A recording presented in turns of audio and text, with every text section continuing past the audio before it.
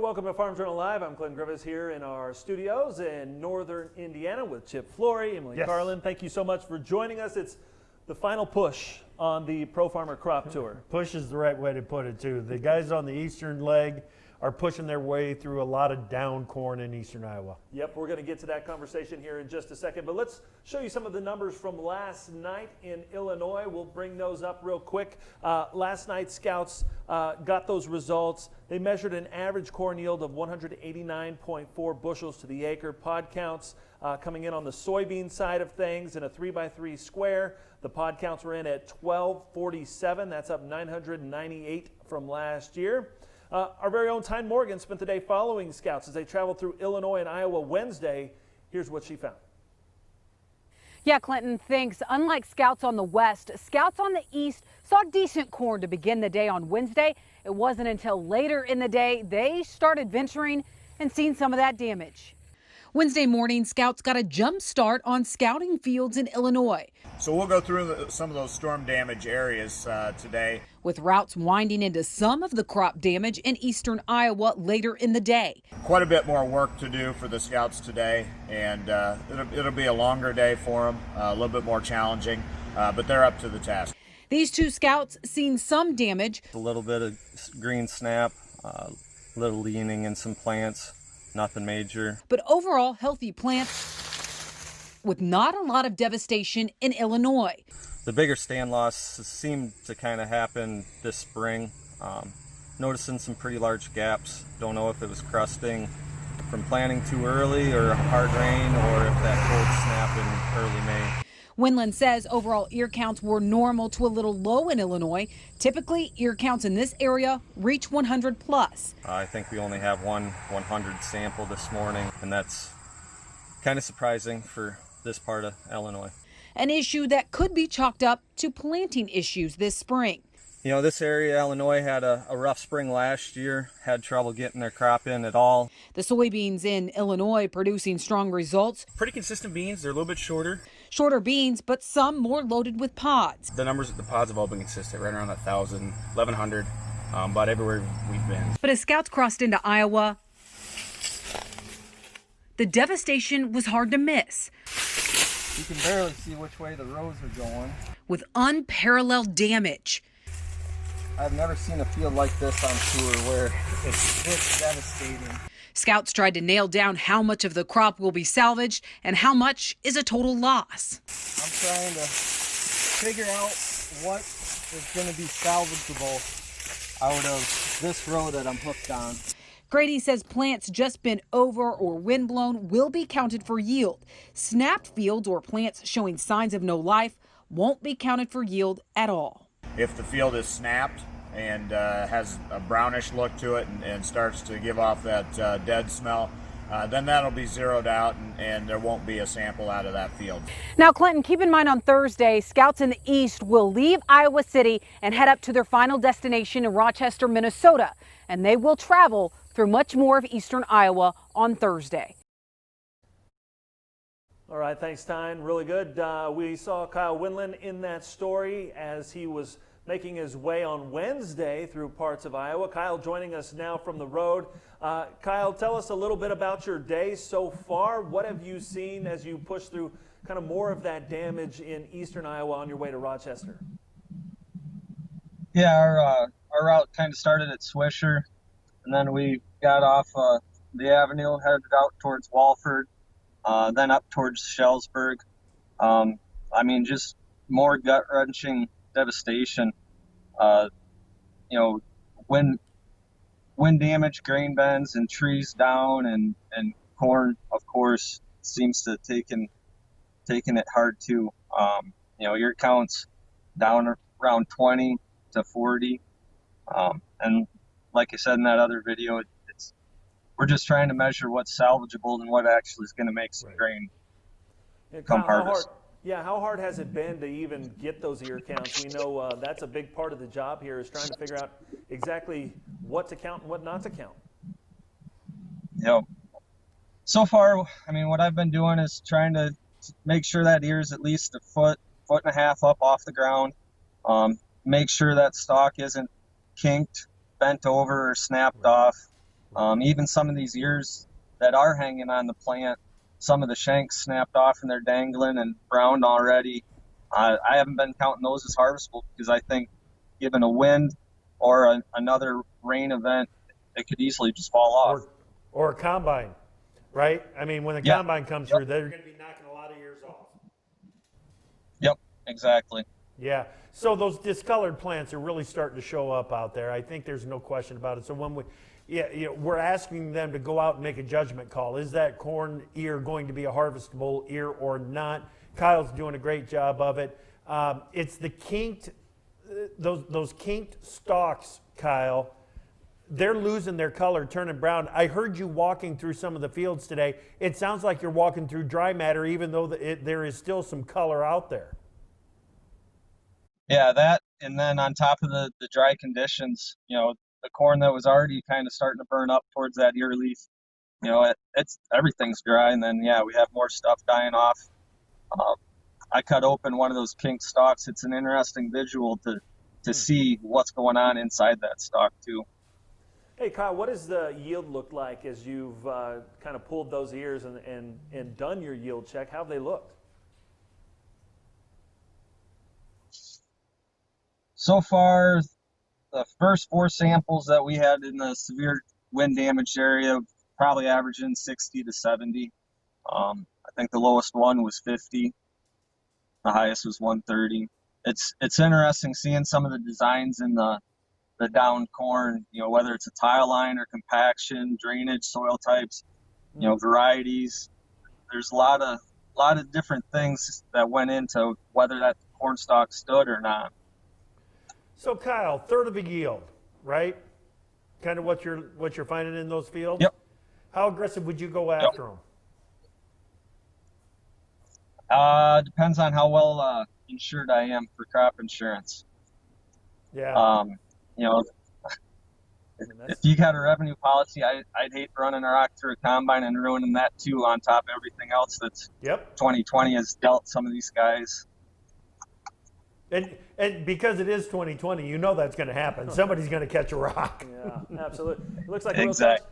Hey, Kyle, what about on the soybean side of things? I know you've probably focused pretty hard on the corn stuff, but how have soybeans look going through those areas? Seems like this dry August is kind of having a little bit of effect on pod counts. I think our route average this morning is definitely sub 1,000. Might almost be down in the 800s. I'm not sure. Wow. Well, we appreciate all the hard work you're doing, Kyle, and sharing some of the visuals and the information. I know that it's been a pretty tough. This has to be the toughest leg of any crop tour, and you've been on a bunch of them that you've probably been on.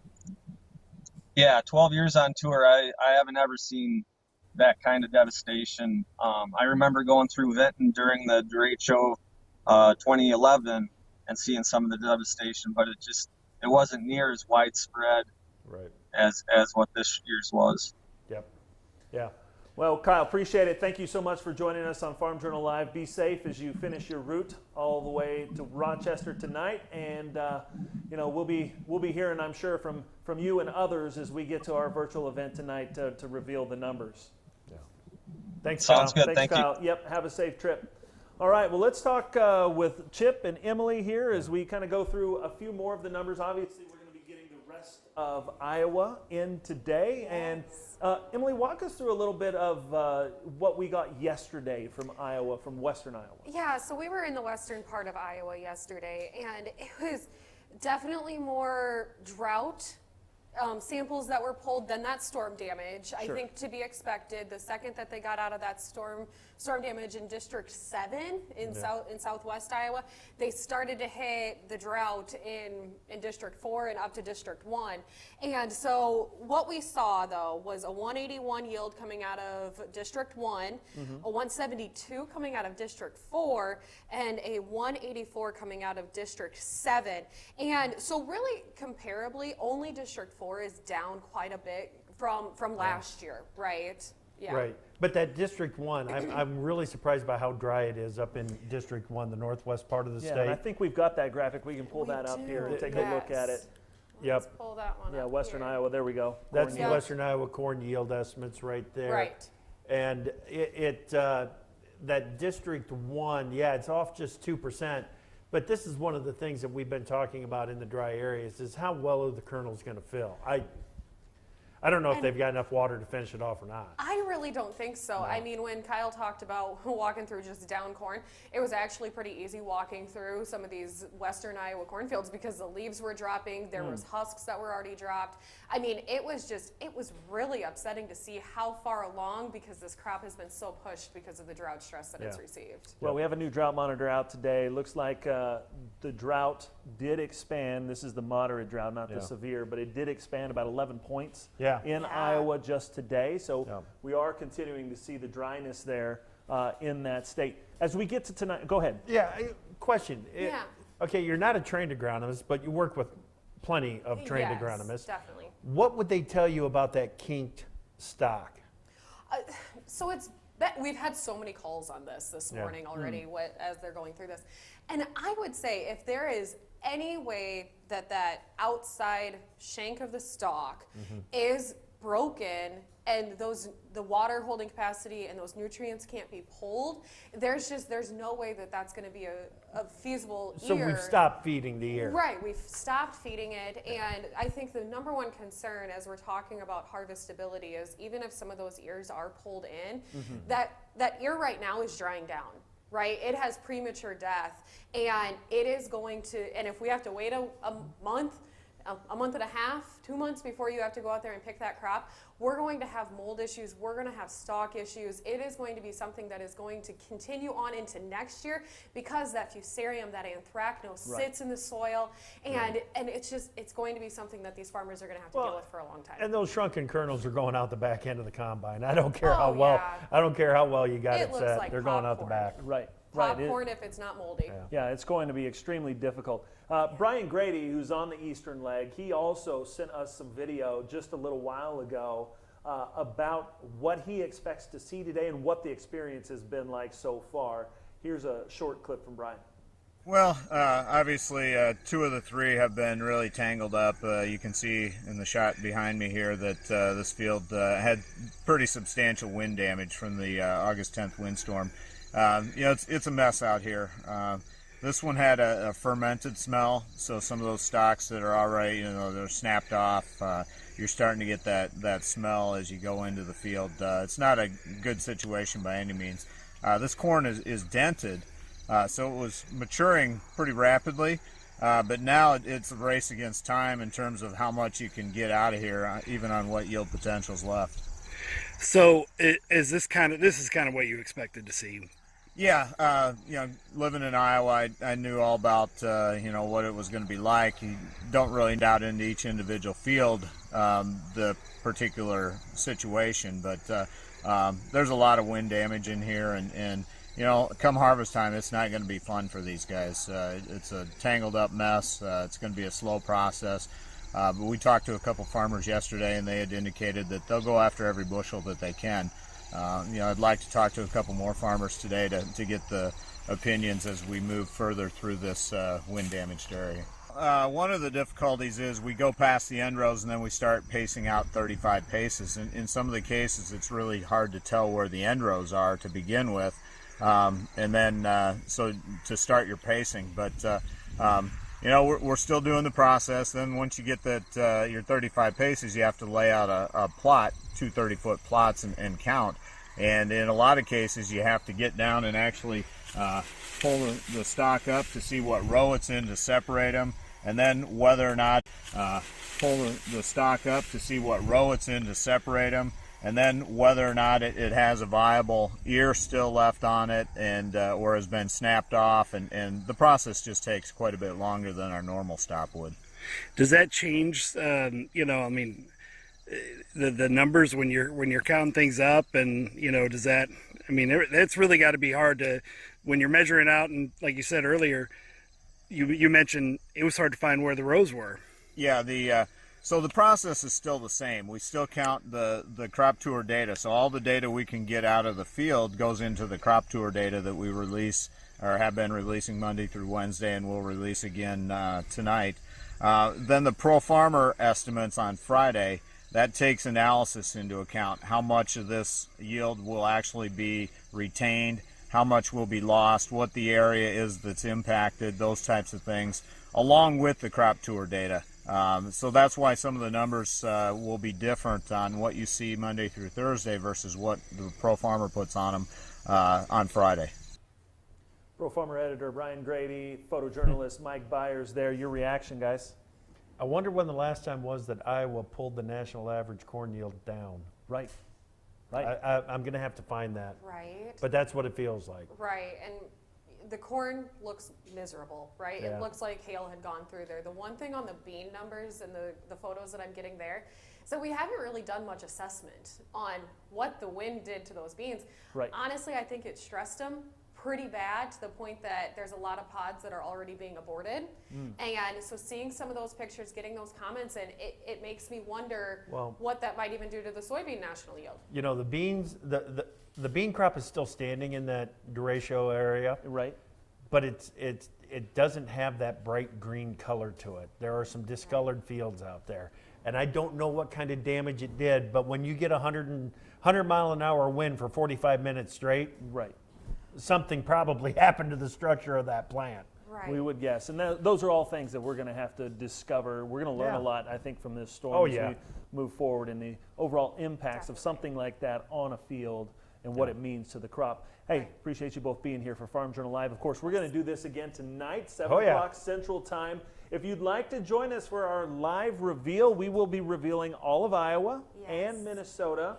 And then going back through what we've learned along the entire tour here, that will be tonight at 7 o'clock Central Time, 8 o'clock Eastern. You can go to profarmer.com to get signed up and registered so you can be on that live link, or you can watch it on agweb.com. As always, we want to thank you all for watching us here on Farm Journal Live. We hope you have a great afternoon. We'll see you again this evening. Join Farm Journal and National 4-H Council for the free Farm On benefit concert set for Thursday, August 27th at 7 p.m. Top country music artists will perform, including Lee Brice, Justin Moore, Martina McBride, Jennifer Nettles, Rodney Atkins, and the Peterson Farm Brothers, and more. You'll also hear stories about some of our nation's most inspirational 4-H members and their determination to farm on with their projects in the face of a global pandemic. All proceeds from the concert will go to National 4-H Council's Forward Fund to ensure our youth have the resources they need to learn and thrive. The concert is free, and your front row seat is waiting. Register now at farmjournalfielddays.com.